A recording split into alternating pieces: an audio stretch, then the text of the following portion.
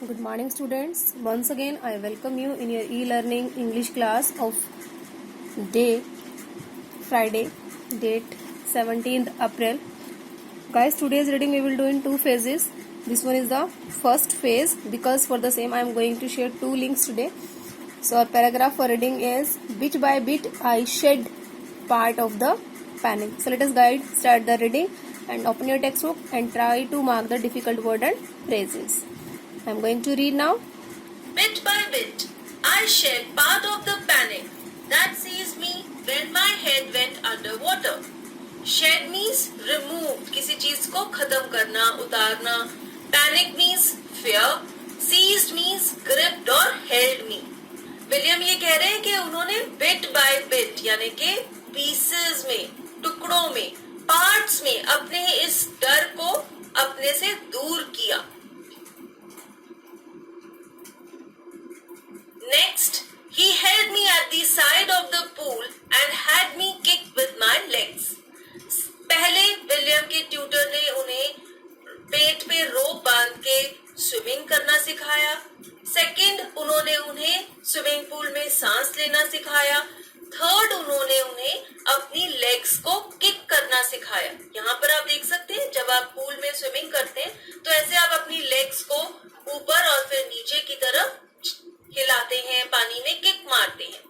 ये चीज विलियम को उनके इंस्ट्रक्टर ने सिखाई. For weeks I did just that. बहुत सारे हफ्तों तक विलियम यही प्रैक्टिस करते रहे.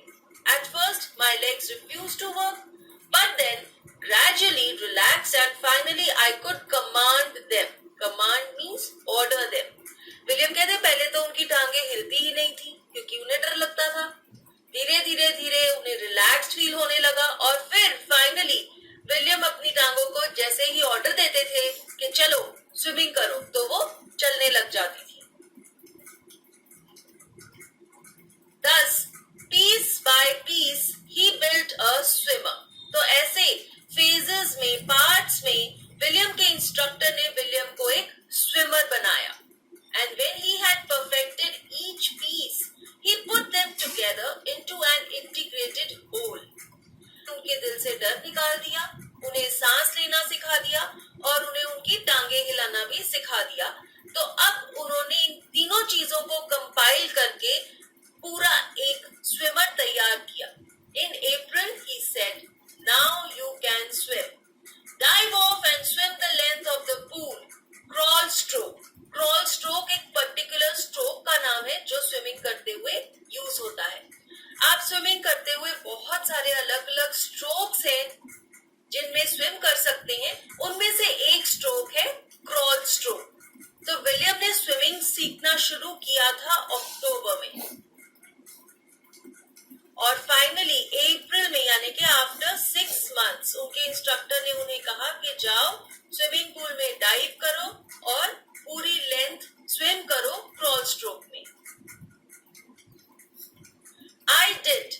The instructor was finished. Finally, William ने खुद से स्विमिंग पूल की लेंथ में स्विम किया और उनकी इंस्ट्रक्टर की क्लासेस खत्म हो गई. But I was not finished. Instructor की क्लासेस तो खत्म हो गई, लेकिन विलियम अभी पूरी तरह से तैयार नहीं थे. I still wondered if I would be terror-stricken when I was alone in the pool. William कहते हैं कि अभी भी मुझे इस चीज पर कॉन्फिडेंस नहीं था कि अगर मैं अकेले स्विमिंग पूल में जाऊंगा तो क्या मुझे डर नहीं लगेगा. I tried it.